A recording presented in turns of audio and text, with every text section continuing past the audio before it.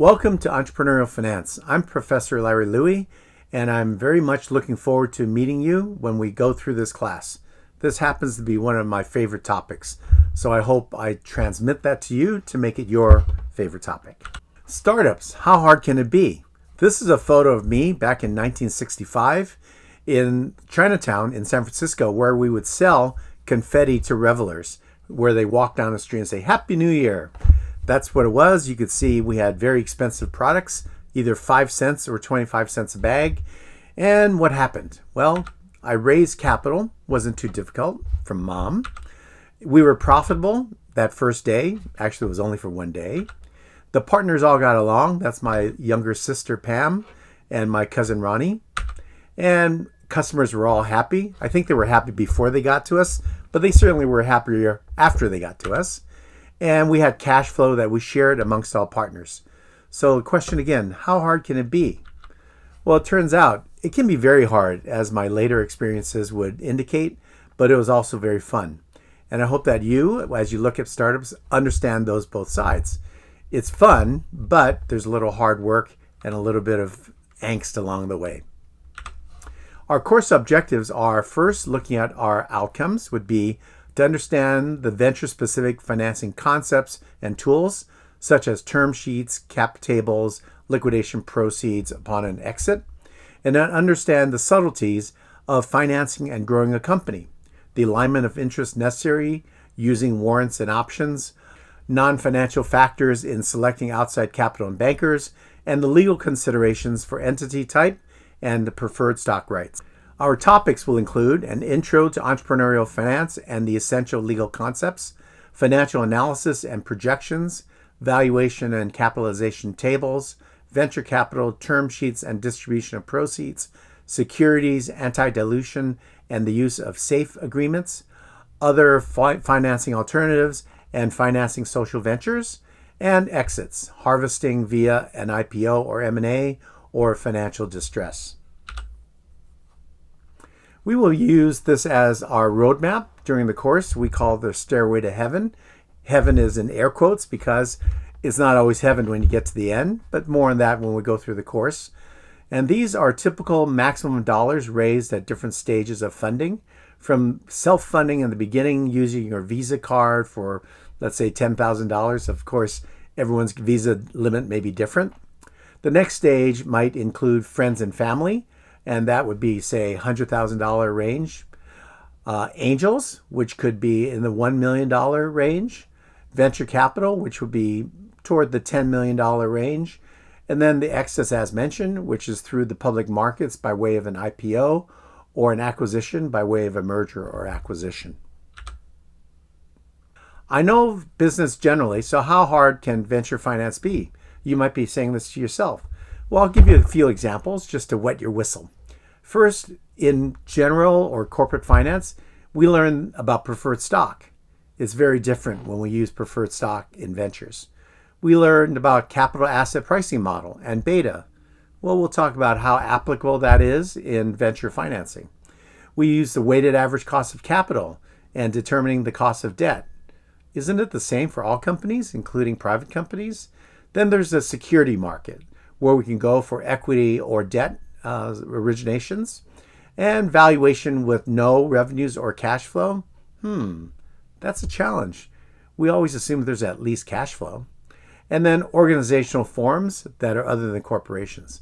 Well, in corporate finance, we tend to focus on corporations, as the word corporate finance implies. We don't really look at other forms of entities, such as partnerships or variants of corporations, such as limited liability corporations or subchapter S corporations. So in finance, we learn a certain vocabulary, a certain size of organization, but not exactly what we're going to be looking at here. In venture finance, we have terms that are essential to our vocabulary and the functioning of our financing of business. Term sheets, which could include things like liquidation preference, burn rate, runway, pre and post money, exits, and cap table. What are these terms? These terms we will cover inside this course. And there's lingo, things like space. Like, what space are you in?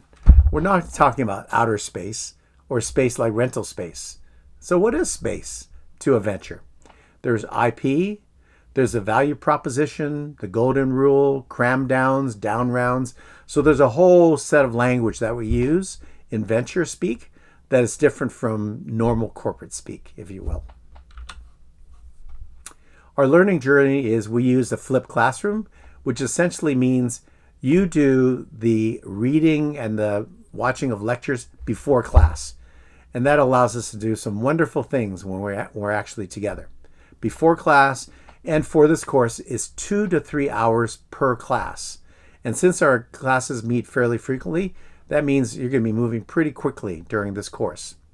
The prep will entail watching the videos, which are all the video lectures on the content of the course, prepare the team mini cases, which will allow us to discuss and contrast different approaches as we look at alternatives for venture financing. During class, and those are our 3-hour sessions, we will either have you present or critique the mini cases. I will be covering major, but not all the points covered in the lectures. That's why you have to watch those videos. And then make sure you ask questions, because a lot of the learning is going to be from questions you have about what you saw or what you know or what you just have questions about. So our classes are workshop oriented. They're not going to be lecture heavy, right?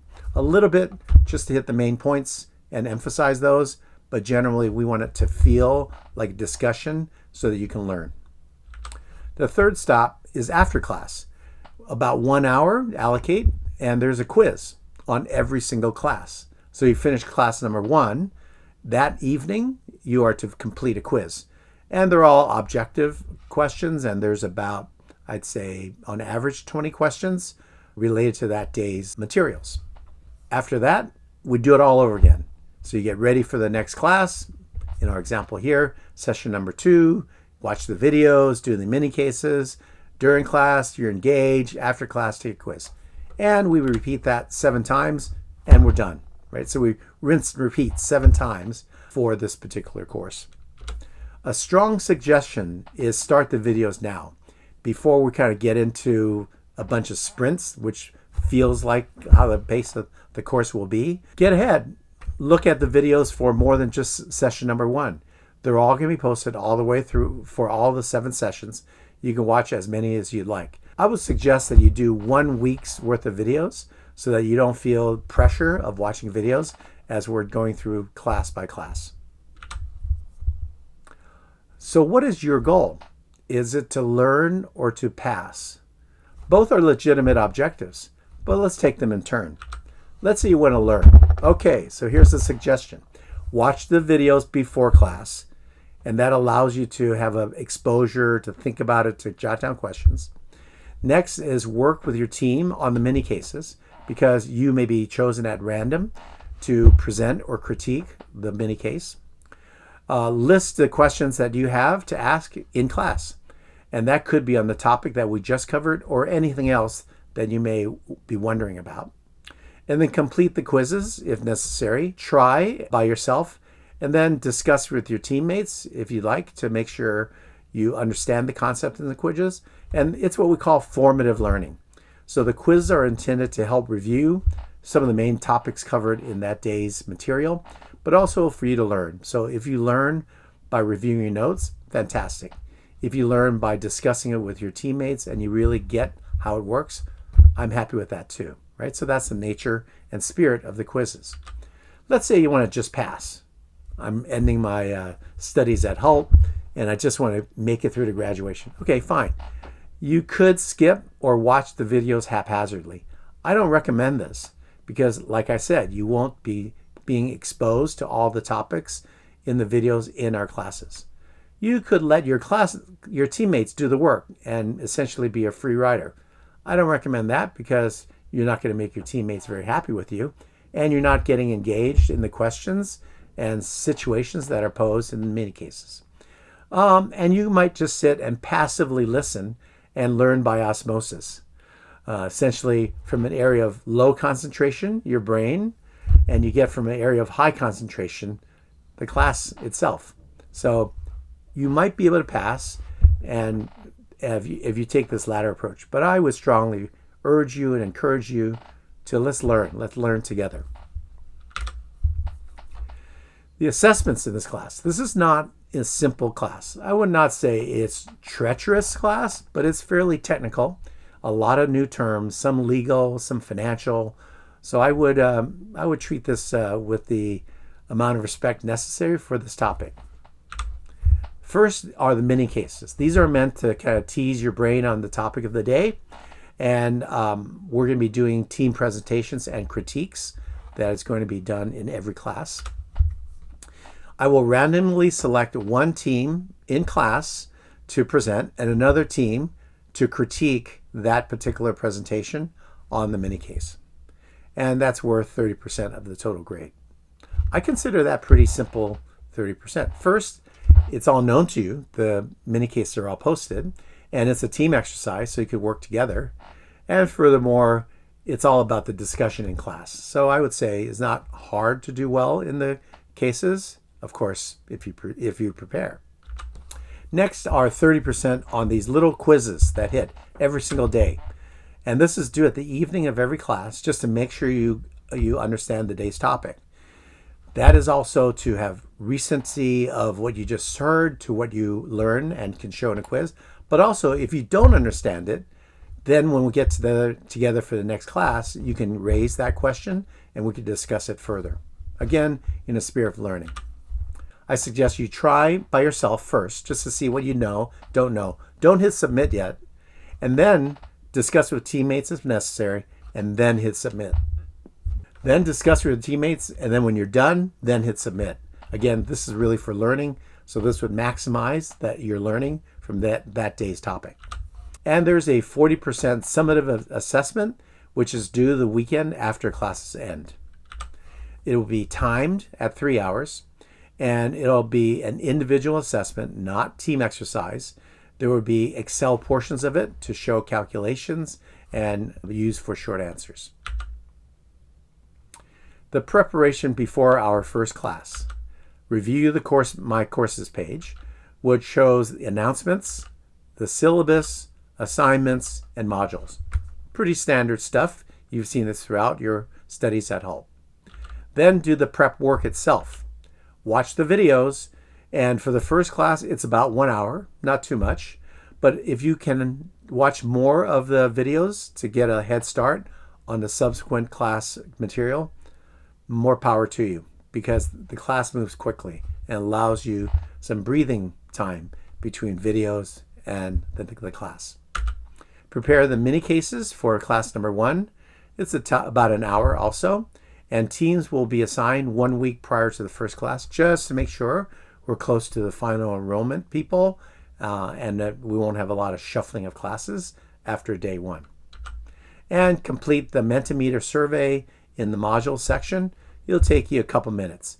This is going to inform me on what you're seeking to learn. Also gets us a little bit of background on who's in the class, things like that. I think you'll enjoy seeing the results when we get together in class session number 1. So that's it. My tip for studying venture finance or being in a startup is to be fearless.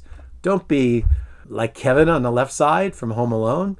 Be more like a superhero, ready to jump in, come what may, because that's the spirit and the enjoyment and the exhilaration of a startup. So I look forward to meeting you in a couple weeks. Until then, make sure you prep. See you soon. Bye-bye.